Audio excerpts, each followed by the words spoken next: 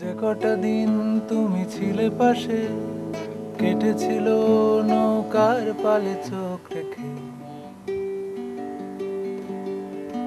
যে কটা দিন তুমি ছিলে পাশে, কেটেছিল নৌকার পালে চোখ রেখে। আমার চোখে ঠোঁটে গালে তুমি লেগে আছো, আমার চোখে ঠোঁটে গালে তুমি লেগে আছো। যেটুকু রোদ ছিল লুকোনো মেঘ দিয়ে বুনি তোমার সালে ভালোবাসা। আমার আঙুল হাতে কাঁধে তুমি লেগে আছো, আমার আঙুল হাতে কাঁধে তুমি লেগে আছো। তাকিয়ে থাকি হাজার পর্দা ওড়া বিকেল, শহর দুমড়ে মুচড়ে থাকুক অন্যদিকে। তাকিয়ে থাকি হাজার পর্দা ওড়া বিকেল, শহর দুমড়ে মুচড়ে থাকুক অন্যদিকে। ট্রাফিকের এই ক্যাকোফোনি আমাদের স্বপ্ন চুষে খায়। যেভাবে জলদি হাত মেখেছে ভাত, নতুন আলুর খোসার এই ভালোবাসা। যেভাবে জলদি হাত মেখেছে ভাত, নতুন আলুর খোসার এই ভালোবাসা। আমার দেয়াল ঘড়ি কাঁটায় তুমি লেগে আছো, আমার দেয়াল ঘড়ি কাঁটায় তুমি লেগে আছো।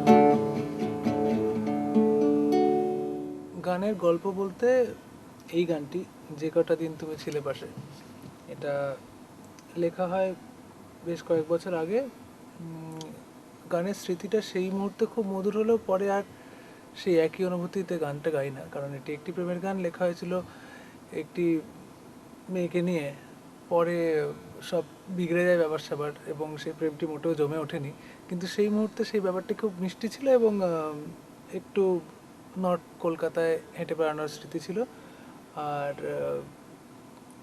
এই যে গানটি, এর মধ্যে বারবার ট্রাফিকের ক্যাকোফোনি আসছে, কারণ আমাদের দেখা করতে যাওয়ার গল্প থাকে। সেখানে আমাদের জ্যামে আটকে পড়ে যাওয়ার SMS-গুলো আসে যে আটকে আছি জ্যামে, পরে আসবো। তো ব্যাপারটা হচ্ছে যে ট্রাফিকটা যেন চায় না যে আমাদের দেখা হোক বা কিছু কথা হোক। এই ব্যাপারটা গোটা গানটা জুড়েই আছে। আর পরে যেটা হয় যে গানটি শ্রীজিৎদার খুব ভাল লাগে, নিজের ছবিতে ব্যবহার করে এবং কিছু কিছু স্ট্যান্সা, কিছু কিছু অন্তরা আবার করে লিখতে হয়। যেরকম একটি জায়গা আছে যে যেমন জড়িয়েছিলাম ঘুম ঘুম বরফ মাসে, সেটি পুরোপুরি সিনেমার জন্য, যেখানে পরমার রাইমার প্রেম দেখানো হয়। সেই গানগুলো, সেই জায়গাগুলো আগে ছিল না যখন গানটি রচনা করা হয়েছিল।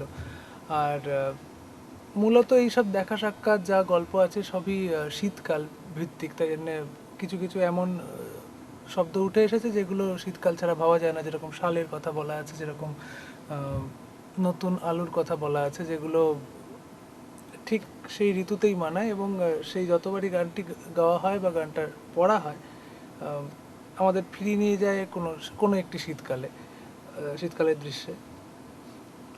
আর গানটি নিয়ে খুবই সহজ গান, মানুষের বিভিন্ন বিভিন্ন কারণে ভালো লাগে, বিভিন্ন অনুভূতি হয় সেই গানটি শুনে। কিন্তু যখন তৈরি হয় অত তো ভাবা যায় না, এবং এটি নিয়ে বিশাল কিছু ভাবনা চিন্তা করে যে লেখা হয়েছিল তা নয়, এটা স্বতঃস্ফূর্তভাবেই এসেছিল। আর এর যে চলন, গানটার সুরের যে যেরকম চলন, প্রথমে সবই শুদ্ধ যায়, যেই অন্তরায় ঢোকে দুটি কোমল নোট লাগে পরপর, এবং যেটি হয়তো গানটিকে অন্যরকম মিউজিক্যালি এনরিচ করে। সেই মুহূর্তে সেই গানটির যতটা দরদ, যতটা স্নেহ ছিল, সেটা দিনকে দিন তো পড়তে থাকে। এবং এই গানটির ক্ষেত্রেও যা হয় আর কি, এটা মানে সেই অনুভূতিগুলো আর আমাকে নাড়া দেয় না, কিন্তু তা হোক, একটা গান এবং জনপ্রিয় গান মানুষের ভালো লাগে শুনতে, সেই অর্থে আমায় গাইতে হয়।